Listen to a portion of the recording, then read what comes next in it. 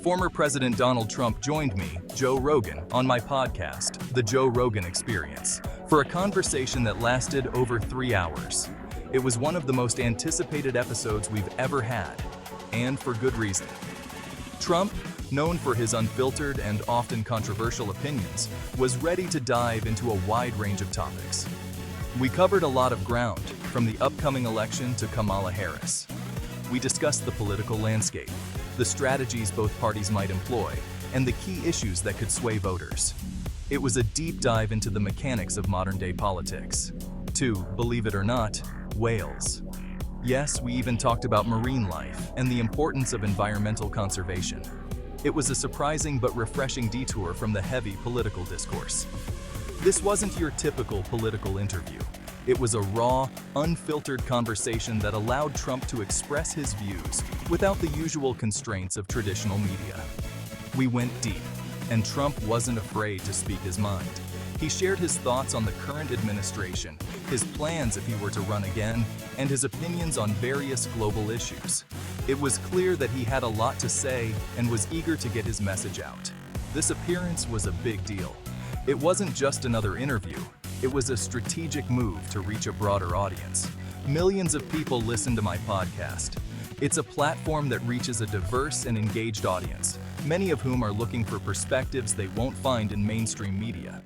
It's known for its raw, unfiltered conversations. Trump knew that.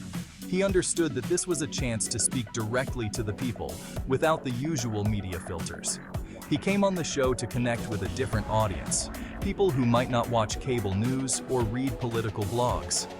This was his opportunity to reach out to the younger generation, the independent thinkers, and those who prefer alternative media sources. Trump's team understood the power of the podcast. They knew that in today's media landscape, podcasts are a powerful tool for reaching and influencing people. They knew it was a chance to bypass the traditional media and get his message directly to the people. This was a calculated move to control the narrative and present his views in an unfiltered manner. And let me tell you, people were listening. The episode quickly gained traction, with listeners tuning in from all over the country. The interview went viral, sparking conversations online and in living rooms across the country. Social media was abuzz with reactions, debates, and discussions about the topics we covered. This wasn't just about reaching new voters.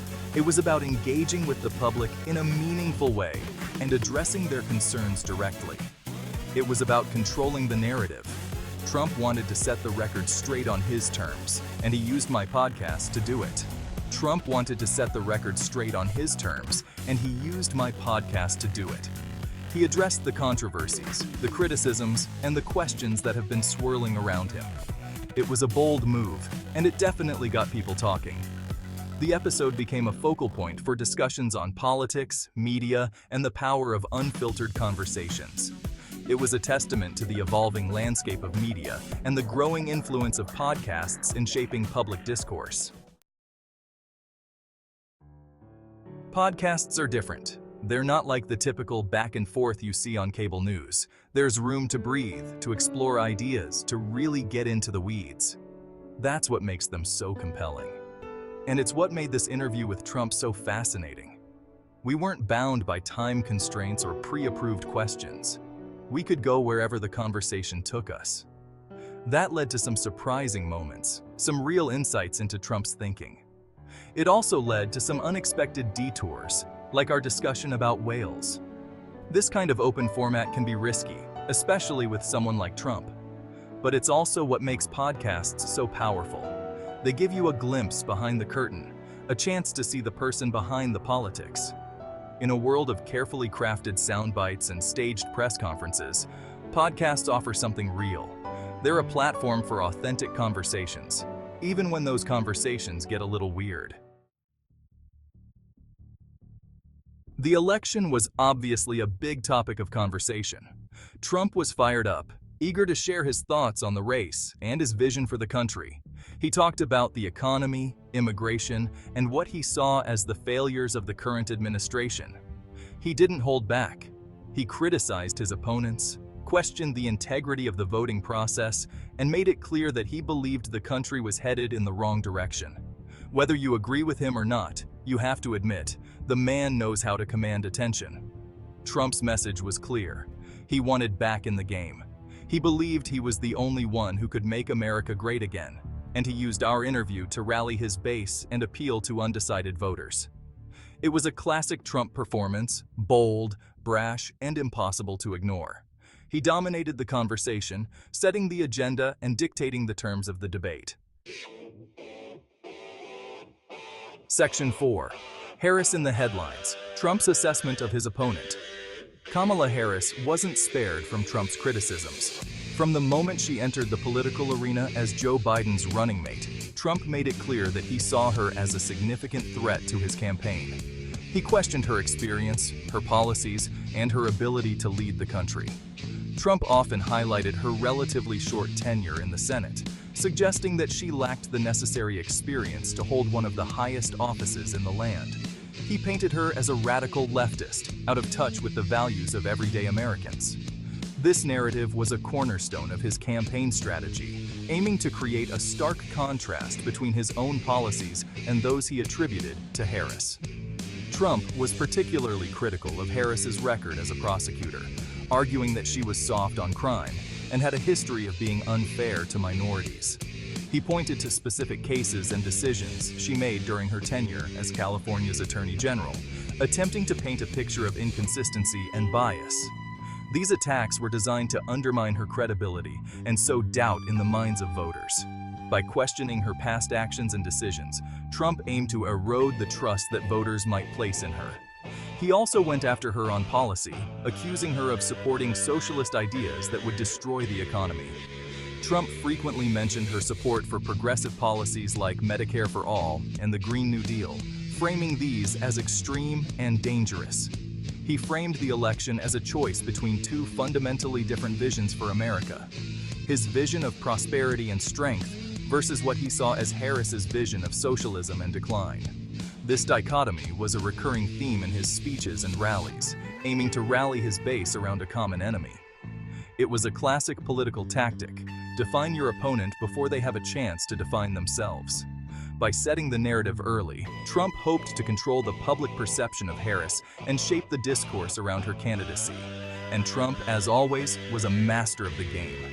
His ability to dominate the media landscape and steer conversations in his favor was a key component of his political strategy.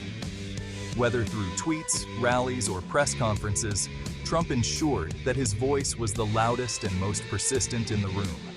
Harris, on the other hand, had to navigate these attacks while trying to present her own vision for the country. She focused on her record of fighting for justice and equality, countering Trump's claims with her own narrative of resilience and dedication. The battle between Trump and Harris was not just a clash of personalities, but a deeper ideological struggle. It represented the broader conflict between two very different visions for America's future, each with its own set of values and priorities. As the election drew closer, the intensity of these exchanges only increased. Both sides ramped up their efforts to sway undecided voters, knowing that every vote could make a difference in such a polarized political climate. In the end, the assessment of Harris by Trump was a crucial element of the 2020 election narrative. It highlighted the sharp divisions within the country and underscored the high stakes of the electoral battle.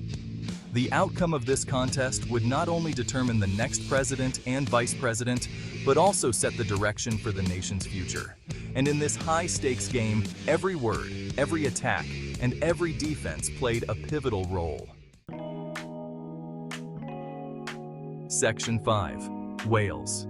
The unexpected turn in political commentary. Out of nowhere, we ended up talking about Wales. Yeah, Wales. It was one of those moments that you just don't see coming, especially in a political podcast. It started with a discussion about the environment, and somehow, we ended up talking about the intelligence of these magnificent creatures. The conversation took a fascinating turn as we delved deeper into the subject. Trump seemed genuinely fascinated by whales. It was almost as if he had a personal connection or a deep-seated interest in these marine giants. He talked about their size, their communication skills, and how they navigate the vast oceans with such grace and intelligence. It was clear that he had done his homework on the subject. He also emphasized the need to protect them from the dangers of pollution and overfishing. This was a side of Trump that many people hadn't seen before. It was a surreal moment, a reminder that even the most powerful people in the world can be captivated by the wonders of nature. It showed that beneath the political persona, there was a person who cared about the environment. Some people might have found it strange, this sudden shift from politics to marine biology. But it was a refreshing change, a break from the usual heated debates and political rhetoric. But that's the beauty of a podcast like mine. We can go anywhere, talk about anything. The freedom to explore different topics is what makes it so engaging and unpredictable. We can dive into serious political issues one moment and then switch to something completely unexpected the next.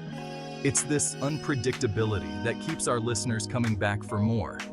The whale conversation, as unexpected as it was, revealed a different side of Trump. It was a side that many people might not have been aware of. It showed that he wasn't just a politician obsessed with power. He was also a human being capable of curiosity and wonder. This was a side of him that was rarely seen in the media. He was genuinely interested in the world around him, and that was something that resonated with our listeners. It was a reminder that no matter how powerful someone is, they are still human. The feedback we received from our listeners was overwhelmingly positive. Many of them appreciated the unexpected turn in the conversation and found it to be a refreshing change. It sparked a lot of discussions and debates, not just about whales, but about the importance of protecting our environment and the role that powerful figures can play in that effort. In the end, it was a reminder that sometimes the most unexpected conversations can be the most enlightening. They can open our eyes to new perspectives and remind us of the beauty and complexity of the world we live in. And that's what makes this podcast so special. It's a journey of discovery, one conversation at a time.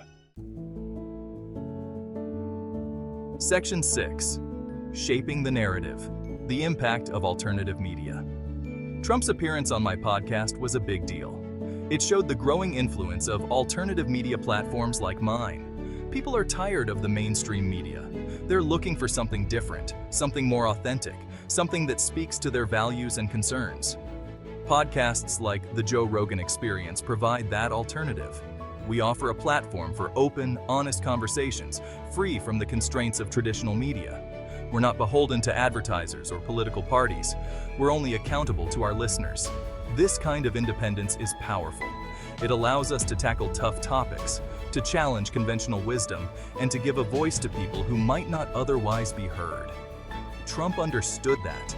He knew that appearing on my show would allow him to reach a vast and engaged audience, an audience that was skeptical of the mainstream media and hungry for unfiltered information. If you like the video, don't forget to subscribe to the channel and press the like button.